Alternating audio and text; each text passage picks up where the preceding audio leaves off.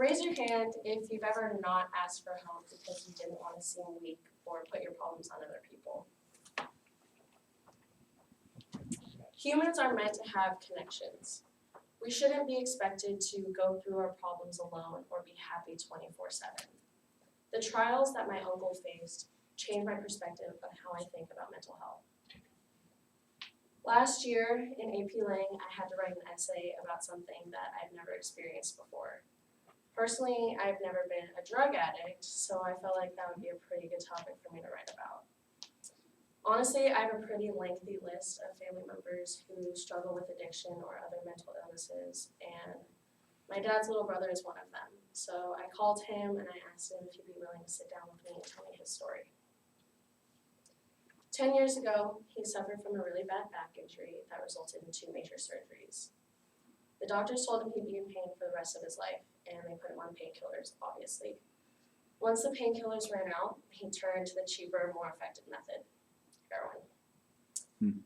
I knew heroin was extremely addictive, but I don't think I knew the full extent until I sat down with my uncle and how badly it can ruin your life. He described being on heroin as the best he's ever felt, and the lows are what prevented him from becoming sober.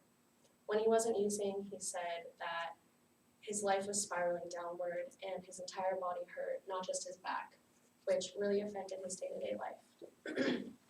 After 6 long years of addiction, he one day decided to start researching Buddhism, and that's when he realized he needed to make a change in his life. He began to change his routine to reset the neurotransmitters in his mind, and so he started waking up at 5 a.m. and going to the beach and meditating and listening to podcasts about monks.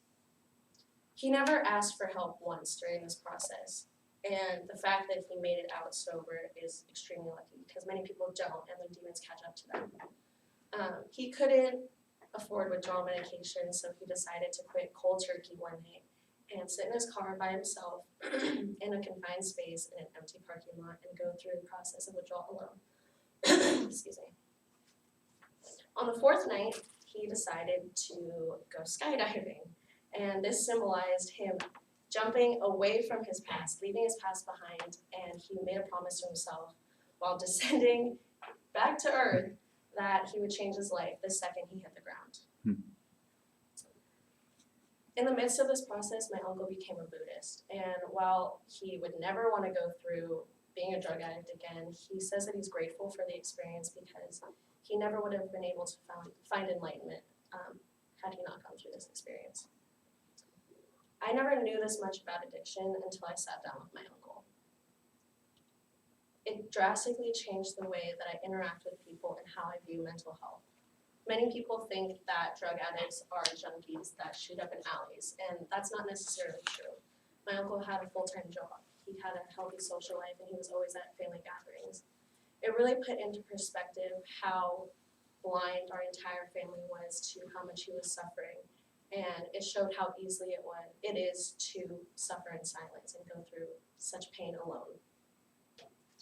It's kind of cliche, but it really put a whole new spin on you never know what somebody's going through unless you ask. Emily mentioned this in her speech, but I want to be a therapist. And I always knew this even before the conversation, but it changed how I view mental health, and it just increased my passion for mental illness.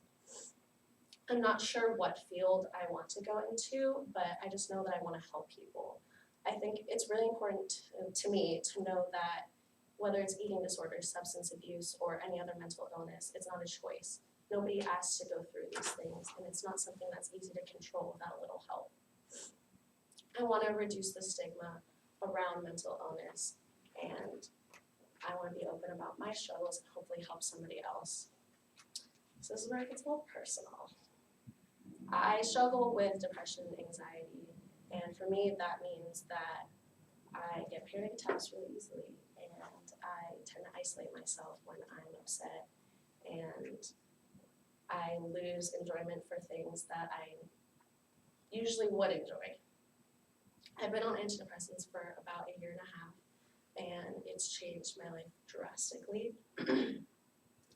Basically, the pill increases the serotonin in my brain, and if you don't know what serotonin is, it's what makes you happy, essentially. So it increases that and basically reduces my anxiety by a lot, but apparently not right now during the speech. And and it basically controls how strongly I feel negative emotions. And I've noticed that my thoughts are more organized, my emotions are more organized, and overall my life is just more positive. So what I hope happens with me being open about my struggles and being on antidepressants is to remove the stigma and hopefully help at least one person, because that's enough for me, honestly. I want to change the conversation around mental health, and I want to portray people who have mental illness as strong rather than weak. My uncle opened my eyes to the realities of mental illness, and I can't wait to turn my passion into a career and hopefully help somebody else. Thanks.